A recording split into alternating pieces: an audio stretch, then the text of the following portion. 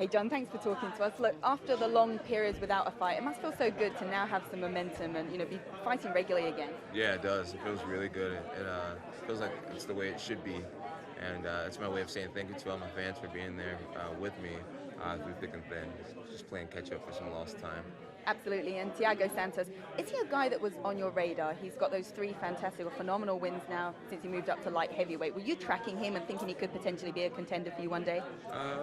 No, I wasn't tracking him at all. There's a lot of guys who've been doing well. Before him, Anthony Smith who had a nice win streak going on, and so no, he's not someone that I've been particularly tracking. But since I've accepted the fight against him, I've been studying him extensively, and I feel like I get a great sense for who he is and what he's capable of. And what is that? What have you seen with him? We know he's athletic. We know he could be pretty wild. Like, how does that play out in a fight with you? Yeah, he's extremely athletic and technical. He can be wild at times, but he's a great fighter. He's definitely a worthy opponent. He has great knockout power. He's athletic. He's a black belt in jiu-jitsu, black belt in Muay Thai, and I think he's a great, worthy challenger. So when you've fought a number of the best, you've been the best, you've beaten all these people. What does it take for you to get excited about the fight? I'm always excited about the fights. Today I'm pretty relaxed, but I'm truly excited about this fight for sure. I study him weekly, and I work out several times a day, and it's all I think about. And I think I'll be a little bit more excited on the night of July 6th. Absolutely, and look, I know no interview nowadays comes without the mention of Daniel Cormier. And do you want to do what Henry Cejudo has done, Amanda Nunes has done, and be a consecutive holder of two weight division titles? Is that a goal of yours? And if so, talking about Daniel Cormier, would that potentially be in the heavyweight division? I think being a champ sounds awesome, but I know I have time to do it. I'm only 31 years old. I think DC is like 40, right? 41. So I got time to do it. And right now they say if it's not broke, don't fix it. Nothing's broke. I've been dominant in lightweight division for years. I've had the opportunity to step up and fight heavyweight champions for years, and I've never done it.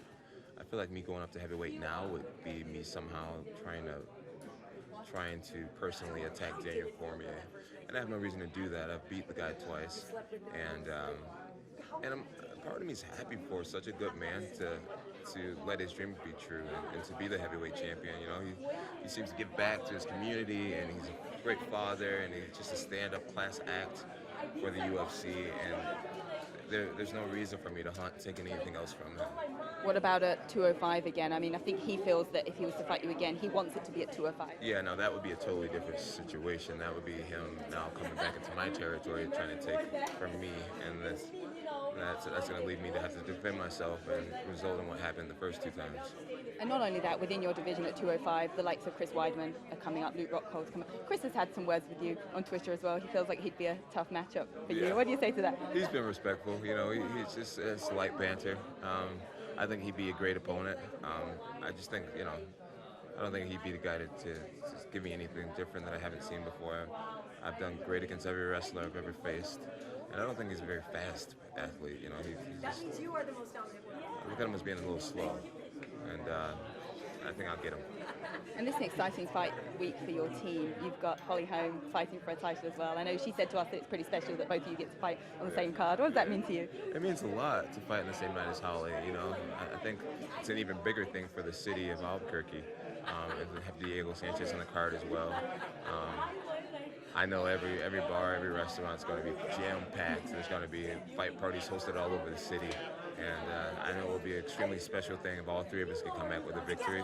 That's what we're praying for, and that's what we worked for, and hopefully it happens. Okay, well, best of luck to you. Thank you. Always good to talk to you, John. Thank you so much.